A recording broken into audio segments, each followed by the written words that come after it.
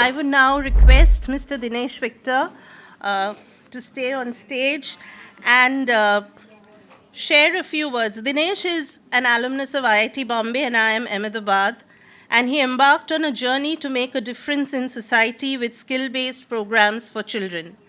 I would request him to say a few words to all of you who are in your own ways making a difference in society. Good evening to everyone here. Firstly, I think I want to give you all a big clap for actually coming here and doing all the work that you guys have been doing over the last many years. I think a big clap to all of you. I know it's not easy. I know you all would have had a lot of challenges, a lot of times when you felt like giving up also maybe, but you all have persisted, and an event like this is wonderful because you can meet a lot of fellow team members, fellow people who've gone through similar challenges.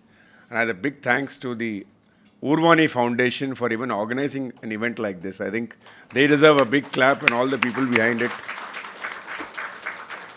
So many times the journey feels lonely. Many times it feels like, is it worth all the effort I'm putting in? Are we really going to make any difference at the end of it at all? And I remember a story, even sometimes I feel the same, at work. And I remember a very nice story. I think many of you would have heard this story before, but it's a very nice story. And I think even if you haven't heard it before, no harm hearing about this story. It's a story of this young boy or young man who walks along the beach, and you see all these turtles trying to reach towards the sea, and these birds are coming and swooping and eating all these turtles along the way. And every time this small baby turtle is walking across, and you could see all birds are waiting, and they just many of them just get eaten up along the way. And I don't know, it was a turtle or a starfish, I forget the exact word. Maybe it's a starfish, I guess. And this guy just picks up one of the starfishes and throws it into the water. And he just keeps walking and picking them one up and throwing into the water. And there are hundreds and hundreds and thousands of them on the beach. And he just, whatever he can manage to pick up, he puts them into the water. And there's a group of people looking around, typically boys or young men who don't really understand what he's trying to do, or making fun of him. And one of them comes up along to him and says, "You really think you can make a difference? There are so many starfishes out here, and so many birds trying to eat them. And you really think you want to make any difference to the such a huge population of starfish by your little action of throwing one starfish into the sea?" And he looks at this guy and he says, "I don't know whether I can make a difference to everyone." But he picks up a starfish and throws it into the sea, and he says, "But I made a difference to this one." And really, that's all that keeps most of you going. And I'm sure many of you need to think of it in that way, that maybe we can't make a huge impact the way we would love to make it, but we can make an impact to a few people, a few places, and that's something that you're making a difference. And that's what is changing a few people's lives. Because when you look at the country, 1.4 billion people, you all think it's impossible to make an impact on such a large number of people in this country. And the reality is we really don't have to make a difference to everyone, but we can have to make a difference to someone and some people. And I also run an organization. It's a little different. It's not an NGO. It's a for-profit company. But we also work in the area of education and after-school education. Some of you may have heard of this. It's called the SIP Abacus program. It's part of a company called SIP Academy. And we run a program, after-school program for children, where they come and learn this program every weekend for about 2 hours or so. And then we have, centers across the country, which are largely franchisees. So they're franchise centers where people, most of them are women who come and learn this, who come and teach, and we train these centers, and the parents pay us a certain money for this, which is split between the teachers, the franchisee, and us. So that's what we started off about 23 years ago, approximately, 22 and a half years ago, approximately. And the early years is always a challenge, it's not always easy, just like many of you, it's not easy in the early years. But we just kind of persisted, and we kind of, it's always there when you stay in a business for long, and you can just kind of, you figure out a way to survive, and you figure out a way to scale it up. And so we've kind of scaled it up a lot, and now we're running in we're running in a little over 1,000 centers across the country, and we have in another 10 other countries where we run this program. And close to about 300,000 children come and learn in our program every other week through our various programs. So, and I've seen that it's obviously the first few years are very hard, but the journey has taught me a lot about trusting in your idea. I would say trusting in what you believe in, and just building a team over time. So I don't have much expertise in the urban planning area because that's not an area which I'm an expert on. But just like every other citizen, we live in a city and we have to experience the city every day. And all of us read a lot, and I'm sure many of us read, and we know that our cities are struggling to manage with the population, with the migration, and with all the challenges that PTR spoke about, the politicians, the devolution of power, the various challenges with implementation, execution, all kinds of challenges.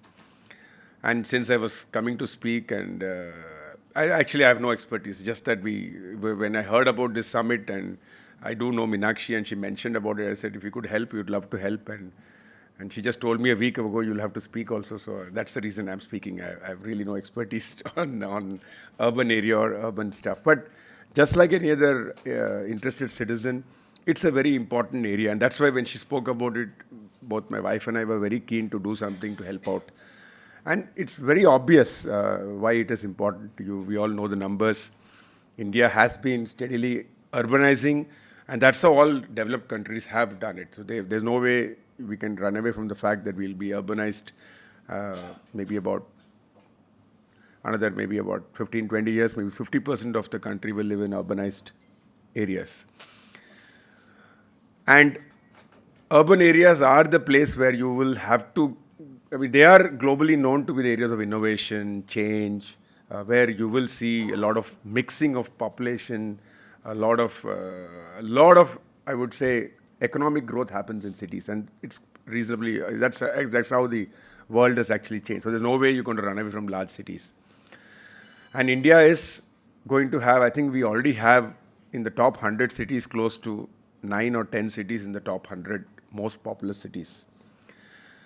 But if you look at the top 100 livable cities in the world, how many cities do you think India has in that list? 0. You're right. She's right. That's 0. Both the studies have shown we have 0 cities in the top 100 livable cities in the world. That's not a good thing, obviously. That's not a happy thing to be. And I'm really happy that you are all trying to make an impact and trying to make a difference to see that hopefully some of us will get into those top cities. And that's really something amazing you people are doing. And you all need that. And I was also studying a little bit more about what makes the top cities in the world the top cities in the world. I mean, that's always a good question to ask. And the answer, among other things, finally boils down to basically civic participation. The cities which are the most livable in the world have among the highest percentage of civic participation. So where citizens participate more, you do end up seeing the cities getting better and better. And almost the same thing PTR mentioned in his talk. I don't know if you heard him say that really governments and bureaucrats are not that incentivized beyond a point to make the city better. They have different incentives, they have different challenges. But it's really when citizens get involved, you have a lot more things happening faster. So absolutely your work is critical. Your work is really crucial to make the cities better by making more and more civic involvement, civic participation, civic questioning. And that's a huge challenge in our country because a lot of citizens in our country don't feel that they can question, or there is a way to question, or there's a way to participate.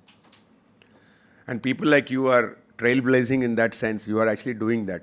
And I think if I could leave you all with one thought is how a lot more people can come to know about ways to question the government or get involved in the decision-making process.